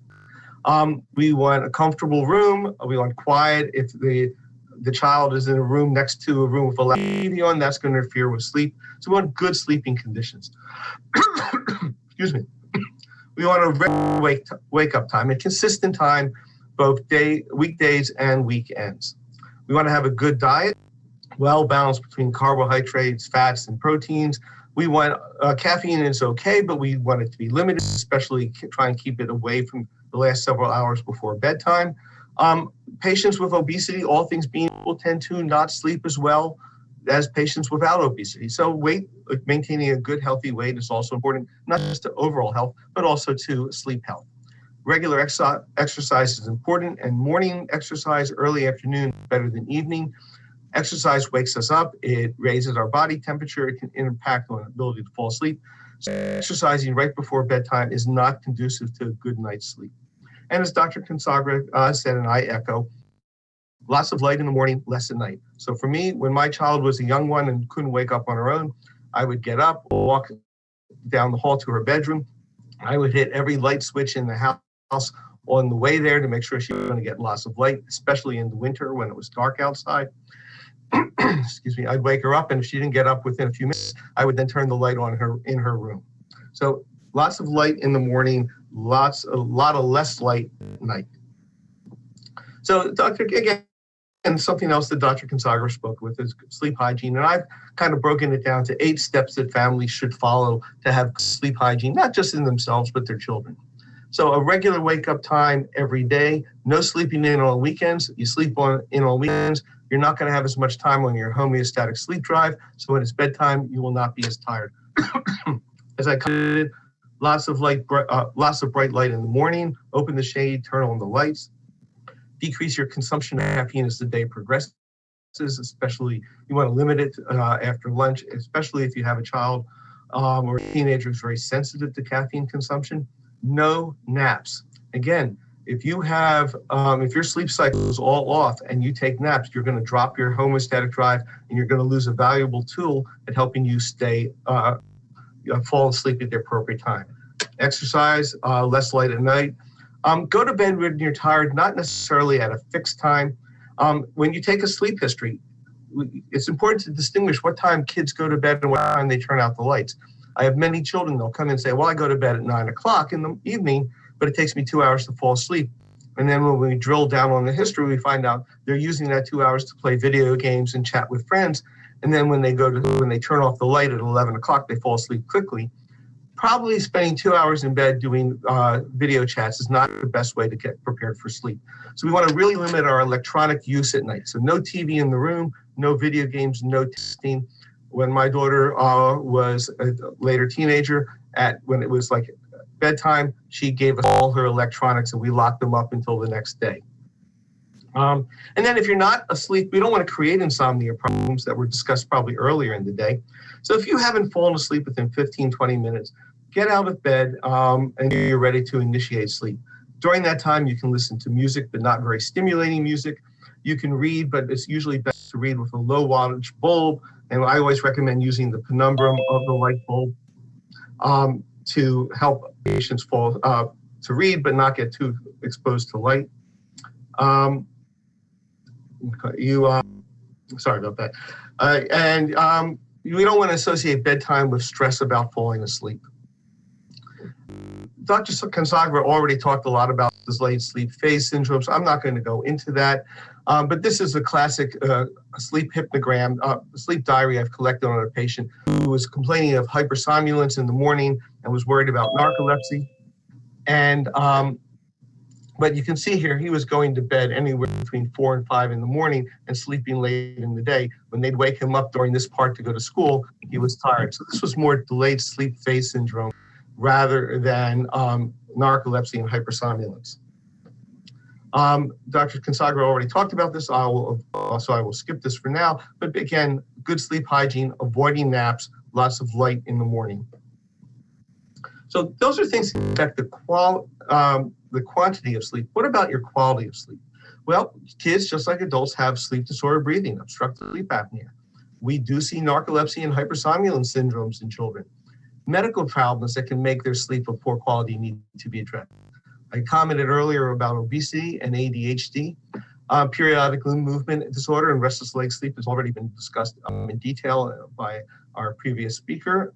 Insomnia, again, other things that have been addressed.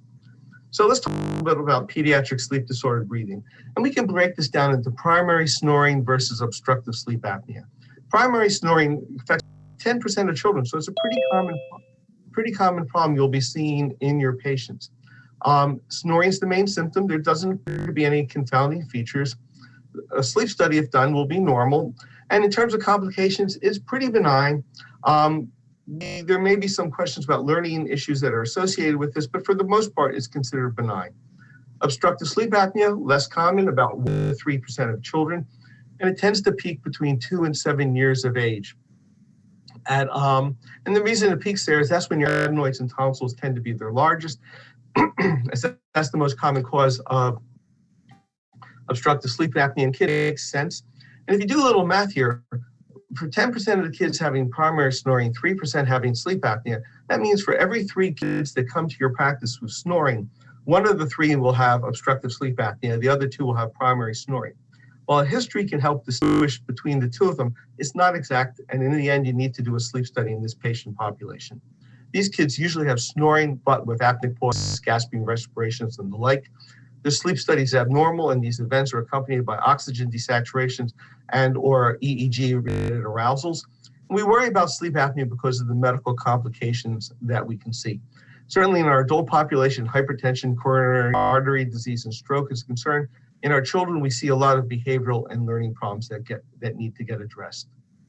So what kind of symptoms they are? Again, similar to adults, snoring, sleep apneas, gasping, restless sleep, paradoxical chest wall motion, observed difficulty breathing with sleep, enuresis. Primary enuresis, where the child is never dry, is very common and can run in families.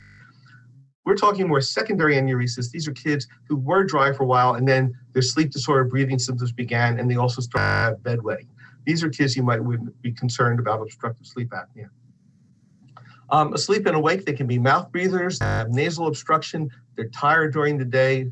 Again, behavioral problems, hyperactivity, trouble concentrating in school. These can be manifestations of sleep apnea while awake. I'm a classic child with a nice open oral pharynx versus a patient with probably +3, maybe 3 to 4 size tonsils. You can see how this is going to block the airway and interfere with sleep at night. How do we treat this? Well, in primary snoring, fortunately, no intervention seems to be required at this time, but long-term follow-up is recommended to make sure they don't develop obstructive sleep apnea later. Again, prognosis in general is pretty excellent, but we have to watch out that there might be some learning issues that have to be addressed. In obstructive sleep apnea, observation for very mild cases might be a reasonable choice, especially if you consider the intervention worse than the disease itself. Excuse me. The most common cause of treatment is adenotonsillectomy, and that is usually a same-day surgical procedure, very safe in properly screened patients. For our obese patients, weight loss is important. We use CPAP in our kids too. Dental appliances are a growing area for mild obstructive sleep apnea in children. Medications, for example, supplemental oxygen, which won't treat the sleep apnea, but might treat the desaturations if we don't think the patient is a candidate for surgery, weight loss, or CPAP. And again, the prognosis tends to be excellent when properly treated. Long-term issues, remember, watch out for adenoid regrowth. It's almost impossible to remove 100% of the adenoid tissue. If a little is left over, it can hypertrophy and grow back. Patients with weight gain can make things problematic. I've had obese patients who've lost weight and their sleep apnea resolved. They gained their weight back, and then the sleep apnea came back. Do you need a follow-up sleep study after you've treated the obstructive sleep apnea? I think the answer is a case-by-case basis, but my recommendation would be I would get a follow-up sleep study if the baseline study was very abnormal, or if they had a comorbid condition like obesity that could be a confounding variable that you need to address. A brief word about obesity. The great news is you don't have to lose all your weight at once to get improvement in your sleep. So if you have a patient who's 100 pounds overweight, asking to lose 100 pounds, that's a long journey to make, and it's going to be very problematic. But a little bit of weight loss goes a long way to losing your degree of obstructive sleep apnea. So the number of apneas you have can decrease up to 50% for just a 10% weight loss. So you can improve your sleep apnea by 50% for that 100-pound overweight patient by losing 10 pounds. So breaking this long journey fast can be quite helpful. CPAP therapy has been discussed earlier. The key for us as pediatricians is we can treat patients with sleep apnea with CPAP. There's lots of different masks that are available for kids, and I've used BiPAP or non-invasive ventilation with different types of nasal masks in babies. So we can treat sleep apnea in children with with CPAP or alternate versions such as BiPAP or AVAPs, depending on what the child's particular needs are. Narcolepsy, I believe, has been touched upon a little. It's basically a combination of hypersomnolence along with potential other symptoms of cataplexy or sudden loss of muscle tone, hallucinations as you're dozing off or waking up from sleep, and sleep paralysis where you actually wake up and you cannot move. Sleep paralysis is fairly common, affecting 15% of the population. So you don't necessarily need to see that. You only need one of these four to make the diagnosis of narcolepsy. Hypersomnolence for kids is the most common way they present. If you don't think about it, though, you will not make the diagnosis. There are a subgroup of patients with narcolepsy combination that's associated with an HLA marker. We don't recommend sending off HLA markers to make this diagnosis. It's a clinical sleep studies, which I'll get to in just a second. This is associated with low hypocretin levels in the spinal fluid.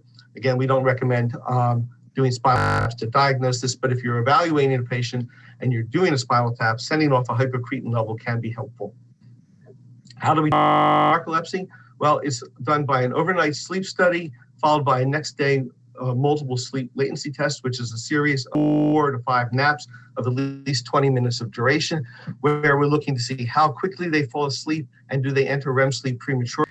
Dr. Consagra mentioned earlier that in the typical adult or older patient, it takes about an hour and a half to hit REM. In patients with narcolepsy, they can get into REM sleep almost immediately. And a classic positive multiple sleep latency test would be a mean sleep latency over these 4 to 5 naps of 8 minutes or less, with at least 2 sleep onset REM cycles. The key one that Dr. Hussein shot is a slide he shared with me several years ago. It was real eye-opening for me. And you can see here that the peak age of narcolepsy is in the early 30s, but the peak age of onset of symptoms is much earlier. In other words, this is not an adult disease, it's a pediatric disease.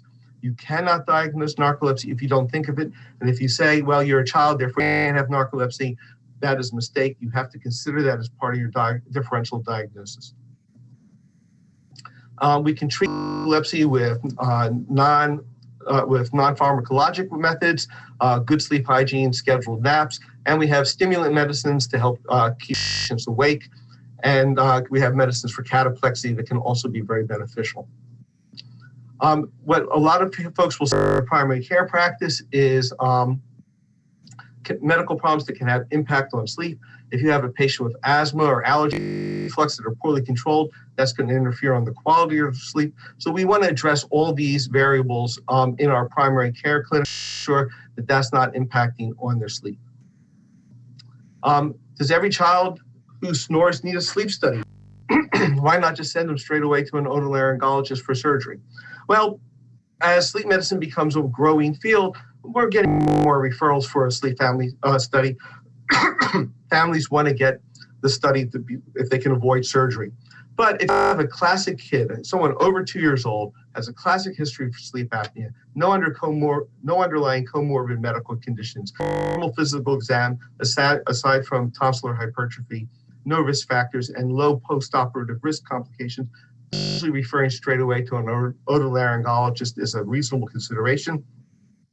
I will say in my practice, many otolaryngologists are then referring the kids for a sleep study because they want to be sure, and they don't want to do surgery unnecessarily for someone who might have primary snoring.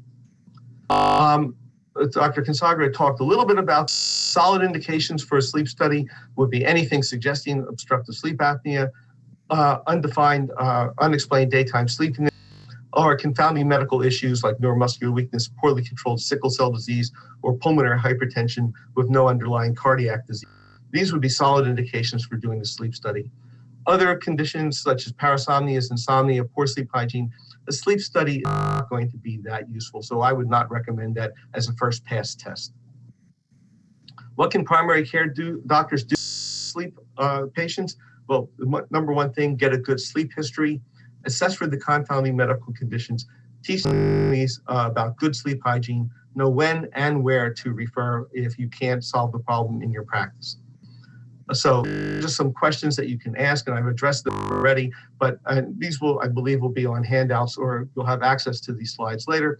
But the typical behavioral sleep questions that you can ask, apnea-related questions you're going to want to ask as part of your history, and hypersomnolence-related questions. Go through these questions with your patients in your office. Where to refer? Well, we have sleep specialists here at Duke, pulmonologists. I'm a sleep pulmonologist. I'm double boarded in pulmonary and sleep.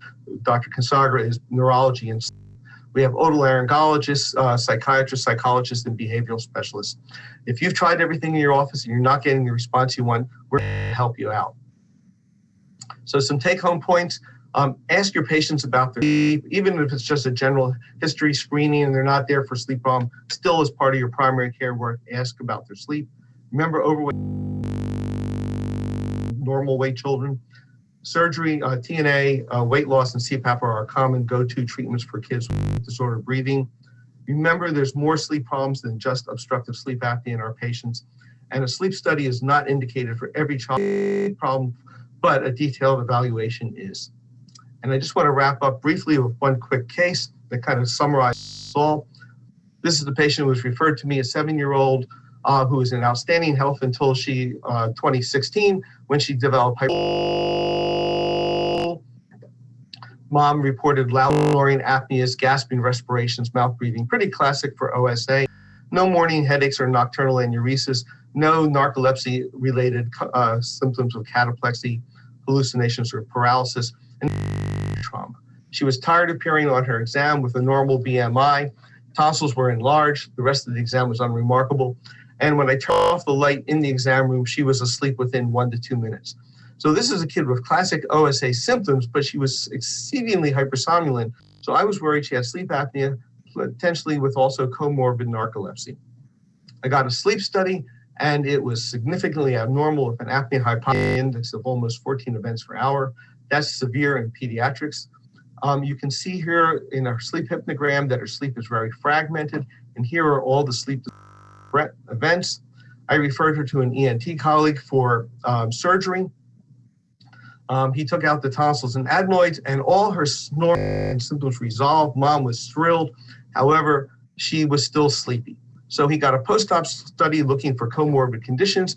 Her AHI had decreased from 14 to now 0.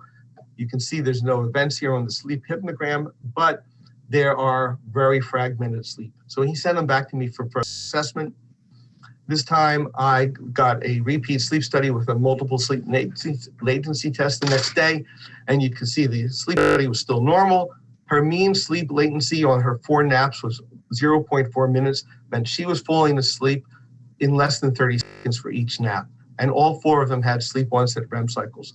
So this was a classic case of obstructive sleep apnea with comorbid narcolepsy. We treated one variable, and then the narcolepsy became more self-evident. We treated that with an IEP at school. I started her good sleep hygiene, started her on Provigil, and eventually got her up to a dose of 200 milligrams per day, twice a day, which helped keep her more awake. Her clinical course improved, her grades started to improve. She was still tired, but now she was able to function like a normal 7 to 8 year old. So I think my time is up, and I hope we have time for a couple of questions. And thank you again for inviting me. Great. Thank you very much, Dr. Kravitz. That was excellent.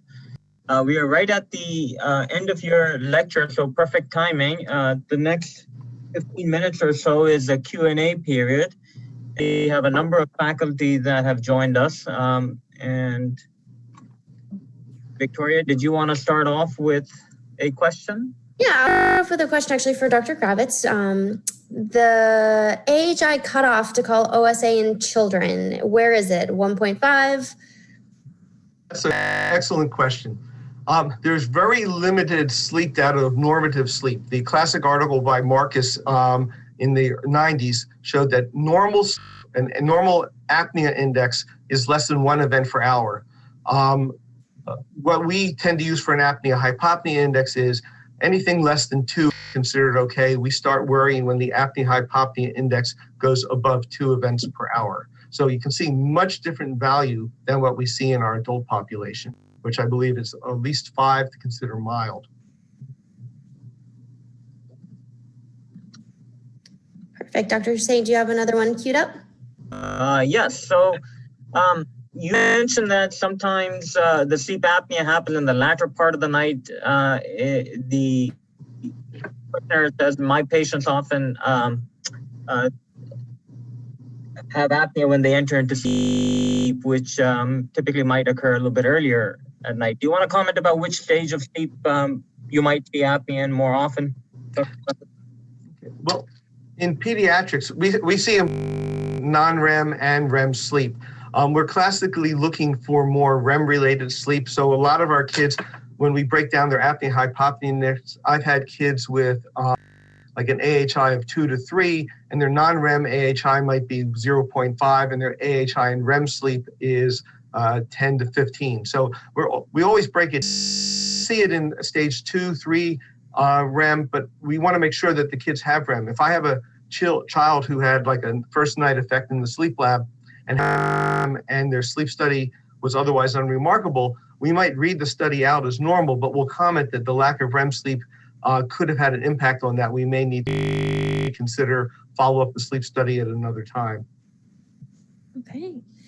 So we've had, now that we've got our whole panel assembled, we've had a number of questions including timing of the dose, sustained release forms, can it be used long-term, and is there a point in escalating the dosage of melatonin? I'm not sure which one of you might want to field, but I'm sure it applies to both pediatrics and adult sleep disorders. If no one volunteers, I'll pick on someone. Meg, would you mind taking that one for us?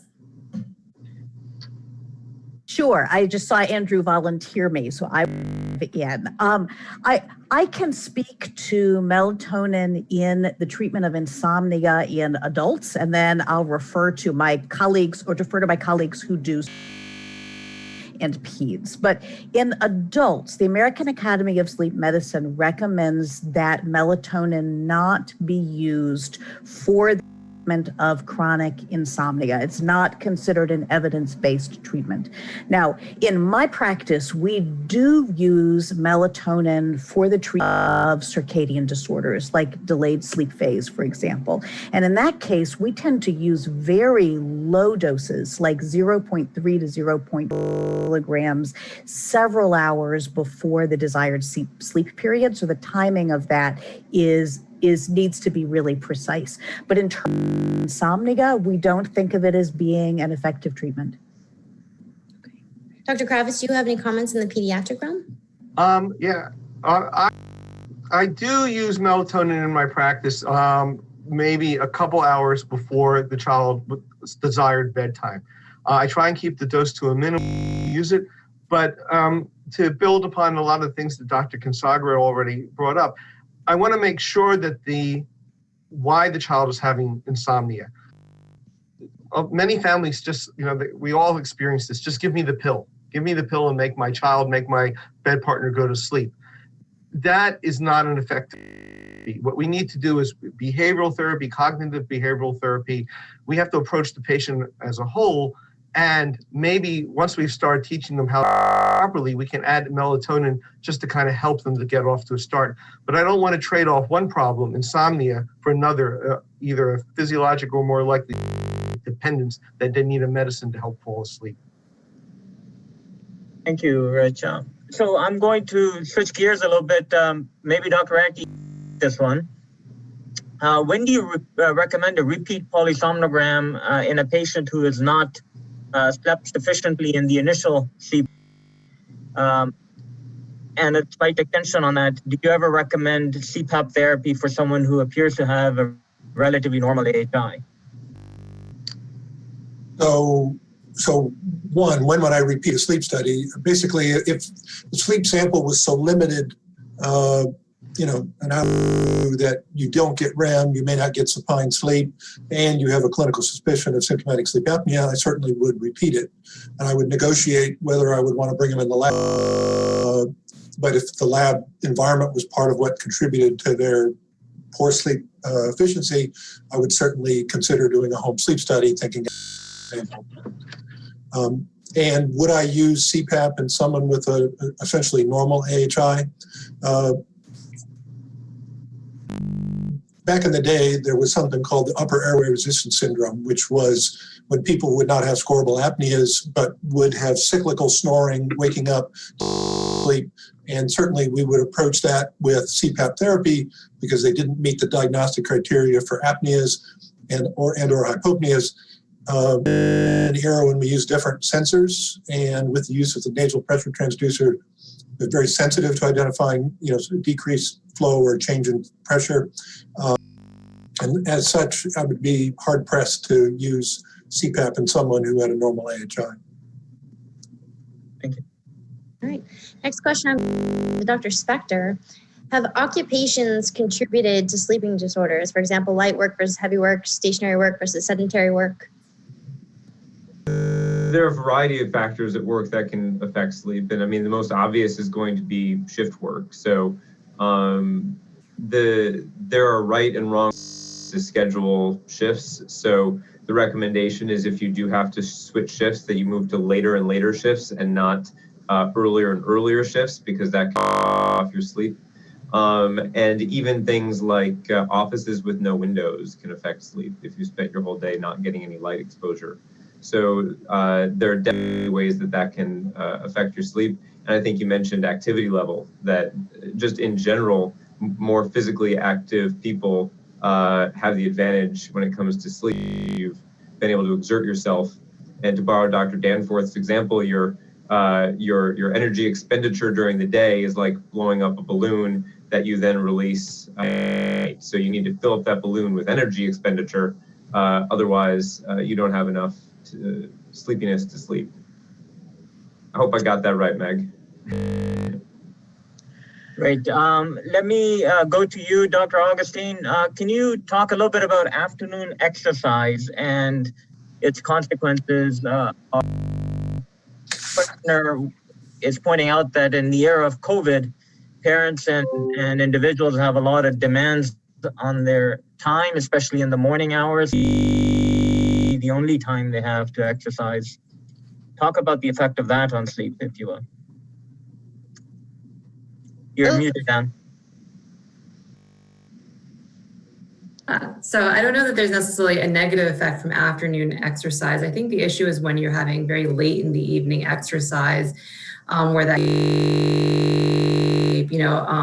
if you're exercising particularly late in the evenings, you're going to wind up revving up your metabolism. You're going to body temperature. That's not conducive to sleep. And so I think those things are what can maybe potentially cause you to delay, have a difficult time sort of transitioning into sleep. But I'm not as, I don't think that if it's certain light exercise that's in the afternoon or early evening, I don't know that that's necessarily as disruptive for sleep. Again, I think, and you would know yourself if you were to exercise later in the day, if that was causing issues for you, and whether you might be better off exercising earlier in the morning. People may not be affected. Okay, thank you. Okay. I'm not totally sure where to help me out, Dr. Hussain. Can you clarify the criteria for hypopnea? I've seen it so many times and it's confusing. How about you, Dr. Radke? There's two definitions of hypopnea. They both require a 30% decrease in airflow change in the nasal pressure transducer, so basically a visible in airflow. And then for the recommended, or the one by the AASM, the recommended definition is either a 3% saturation or an EEG arousal. Medicare does not accept that criteria. Studies and some other third-party payers, we have to score them with the CMS criteria, which is the 30% decrease in airflow and a 4% decline in oxygen saturation. And so those are the two definitions that I think are pretty much universally accepted.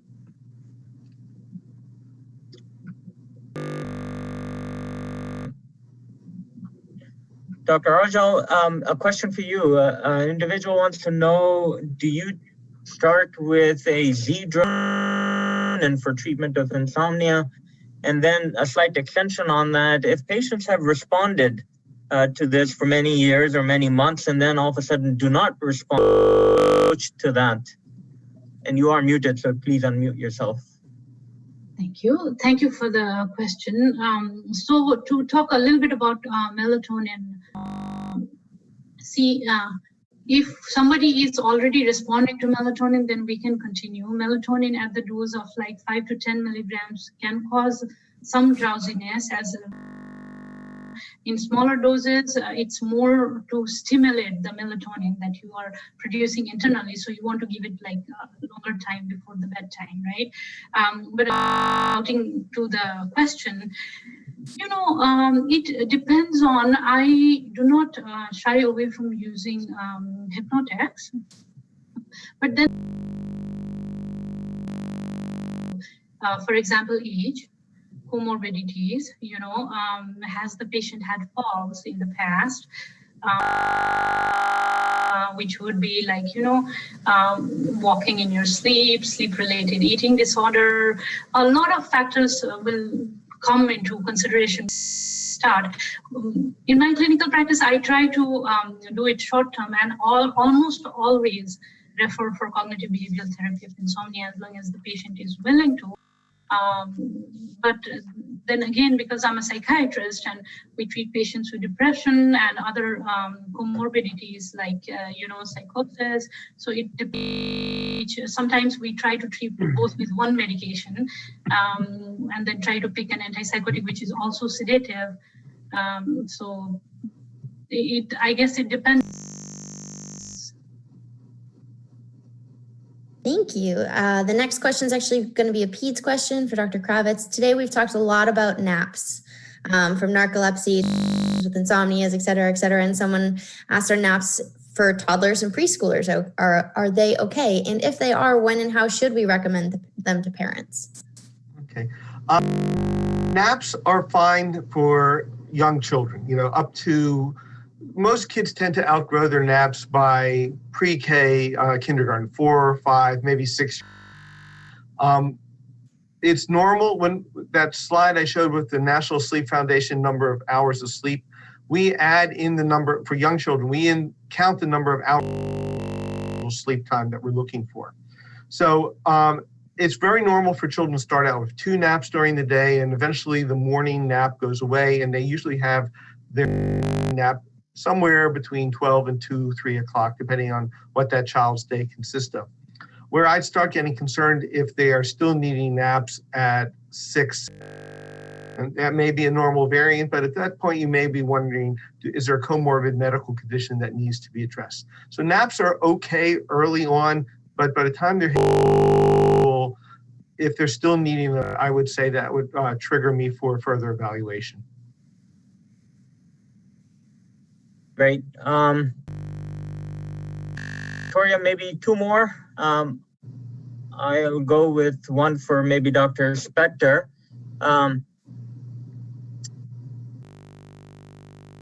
Central sleep apnea, sort of the difference between, from, let's say, a primary care provider's perspective, between central sleep apnea and obstructive sleep, should he or she look for? Well, central sleep apnea is tricky in the sense of screening because other than risk factors such as chronic narcotic usage or congestive heart failure, you may not pick that up on a symptoms other than someone may be, but it's not like obstructive sleep apnea with the snoring, the gasping, the choking, the morning headaches and all that. So it can hide a little bit. And you have to an index of suspicion when you've got someone on narcotics or with heart failure who may be at higher risk. The other population being neuromuscular diseases. We'll see some of those patients. But in terms of evaluation, we detect them both on polysomnogram and we can detect them both on home sleep. And then really it's a matter of finding the right therapy for them. There are more advanced PAP machines, BiPAP, which is adaptive servoventilation that we sometimes need to treat central sleep apnea when it occurs. And then there's another population of central sleep apnea that comes associated with obstructive sleep apnea. And these people have a baseline diagnosis of obstructive sleep apnea. And when we treat them with CPAP, they sort of central sleep apnea picture. And we call that treatment emergent central sleep apnea. And that's all something we can address with different modes of PAP. And the last one, I'm going to do a double, both peds and adult. So we've gotten a couple questions about positioning while sleeping and if it affects your sleep, if it could, in children, cause issues later with sleep, if they get too comfortable in certain positions, laying on their stomach, with their legs crossed off the bed, things of that nature. So maybe, Dr. Hussain, you haven't answered a question yet. Would you maybe like to answer based on the adult side, and then we'll kick it to the peds as positioning while sleeping? No, I'm the moderator. That's why I'm the moderator, so I don't have to answer questions. But Rich, let me modify that question a little bit. So kids sleep in all sorts of things. Right. Is that a risk factor? Does that tell us about whether they have sleep apnea, or does it become a risk factor later on? To be honest with you, don't worry too much about positional for the majority of normal children that have no medical comorbidities. A good example would be, I do a lot of neuromuscular medicine. So I have patients with sleep disordered breathing and they cannot lie flat because of their muscle weakness. So they have to sleep head of bed elevated.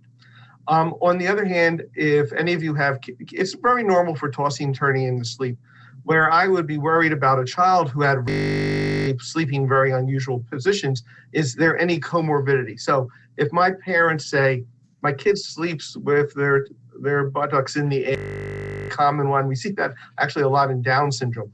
If they're not snoring, if they're comfortable, they're well rested, I don't really worry too much about that. But if they say that they have to get in that position to be comfortable and otherwise they're having sleep disorder breathing symptoms, then I'll work it, then I will want to evaluate it. The hard thing is to then get them in that position in the sleep lab to document that what they're seeing is sleep apnea. So in general, I don't worry about the position unless the parents are with sleep-related symptoms.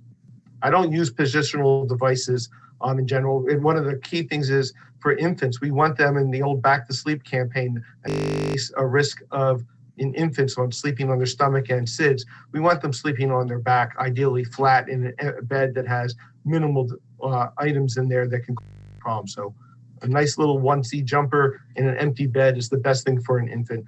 We don't in general use positional devices for them. Great, thank you very much, Dr. Wrap up by sort of answering on the adult side that it's seldom that we use or that I use positional therapy, but certainly in people with severe respiratory issues, raising the head of bed up can be beneficial, and that can help with their respiratory problems. That can help with their breathing at night, and certainly using a CPAP machine is not possible or not tolerable, or there are other reasons why you can't do it. That becomes a mechanism of final relief. Some people sleeping in recliners, and that's really the reason, is because the position can be such that their head is up. So indeed, that can be a therapy, but certainly not the preferred therapy. With that, I'm going to wrap up, and I apologize for all the questions that were asked that we did not have time to go through. And I just want to thank the participants for attending. I appreciate you guys logging in from wherever you are and spending your Saturday with us. I want to thank, of course, our panelists for their time and putting the effort together to put these slides and everything together. And most of all, I do want to thank Victoria for organizing this and making sure without any technical issues with live presentations. So I'm thankful for that. Thank you, Victoria. Do you have any final comments about people to know about? Final comments, remember to look in your email for that survey. That's how I'm going to figure out what kind of CME credit you want to make sure that you get your proper credit. And yes, everyone's asked, we did record this webinar. We will make it available on the Duke Neurology YouTube page. It may take some time for me and editing, so I do ask that you be patient, but if you follow the Neurology YouTube page, you should get an email alert once they're posted. Other than that, I'm good. Thank you to all of us for their presentations. I couldn't have done it without you guys and your expertise, and we've gotten a lot of positive feedback already of how great some of your presentations were, and I'm sure it's just going to keep rolling. Thank you, everyone, and good afternoon or good night to wherever you are. Bye-bye.